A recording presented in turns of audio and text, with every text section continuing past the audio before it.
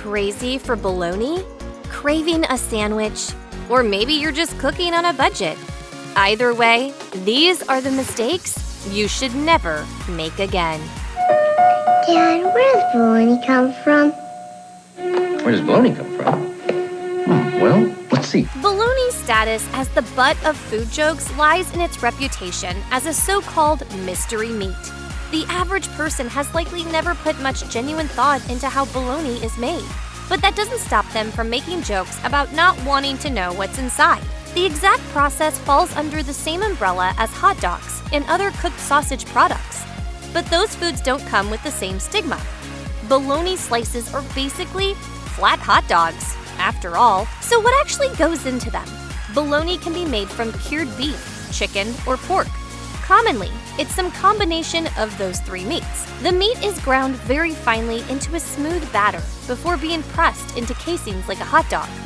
Usually, bologna contains a substantial portion of fat, meat, and water, but it also typically features spices like garlic, nutmeg, allspice, celery seed, and myrtle berry. Sure, it's not the most appetizing process to think about before you sit down to eat.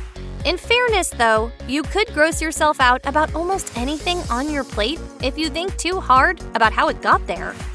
For decades, the humble bologna sandwich has been a staple in packed lunches across the United States. Often, a bologna sandwich will be a slapped-together combination of white bread, bologna, and a condiment such as ketchup or mayonnaise. A bologna sandwich is only as good as you make it, however. And if you make it boring, well, let's just say you get what you deserve. My bologna has a first name. It's O-S-C-A-R. There are plenty of ways to mix up the standard bologna sandwich. For example, you could swap out the regular bread slices for something different like sourdough or even a toasted bagel. The bologna will also taste better if you fry it on the griddle a little bit to bring out the flavor. From there, your imagination is the only thing holding you back.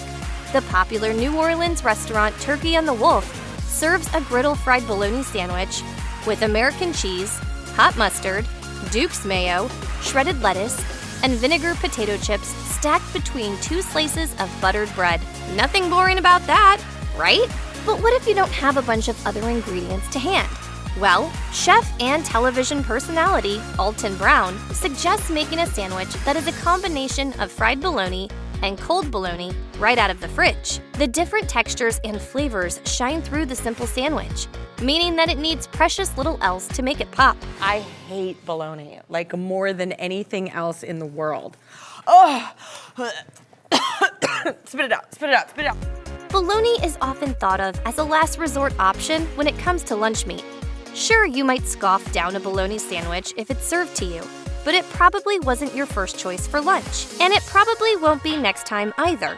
However, if you think outside of the sandwich, you can transform bologna into a meat that's just as delicious as those pricier cuts at the butcher's counter. If you're interested in making your bologna a bit fancier, you could always do what Grillin' Fools does and make burnt ends out of thick dices of bologna. Usually, burnt ends are made by overcooking pieces of beef brisket until they are extremely tender. The recipe suggests slathering chunks of more affordable bologna meat in butter, barbecue sauce, and honey, and then smoking them twice to get a similar effect to brisket. It might even inspire you to make your own bologna at home using a meat grinder and backyard smoker.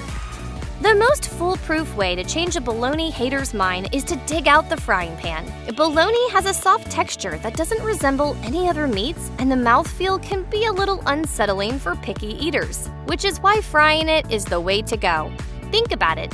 Unfried bologna is pretty much the same as a cold hot dog. It's just not that appetizing.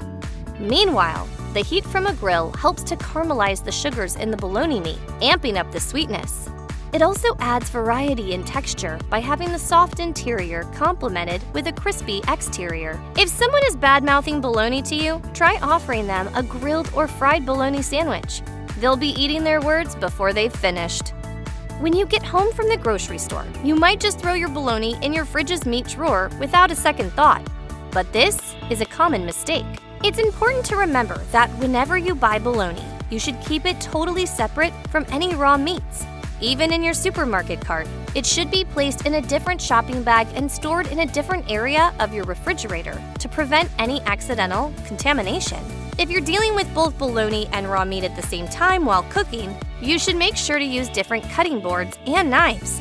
The last thing you need is for an innocent slice of bologna to give you a bout of food poisoning.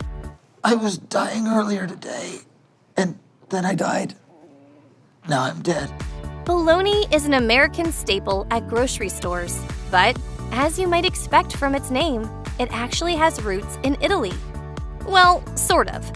Bologna is the Americanized version of mortadella, a similar deli meat that originates near the northern Italian city of Bologna.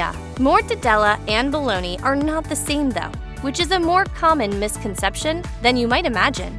Bologna can be made out of chicken, pork, or beef, but mortadella must be made out of pork and pork alone. This has been a qualification since the 1600s. So mortadella is solidified in its distinct identity. Mortadella is usually made using a similar method to bologna, but it's common to see large pieces of other ingredients, such as pistachios, olives, and peppercorns inside each slice. Still, while they aren't exactly the same, it's probable that, if you like one, you'll enjoy the other.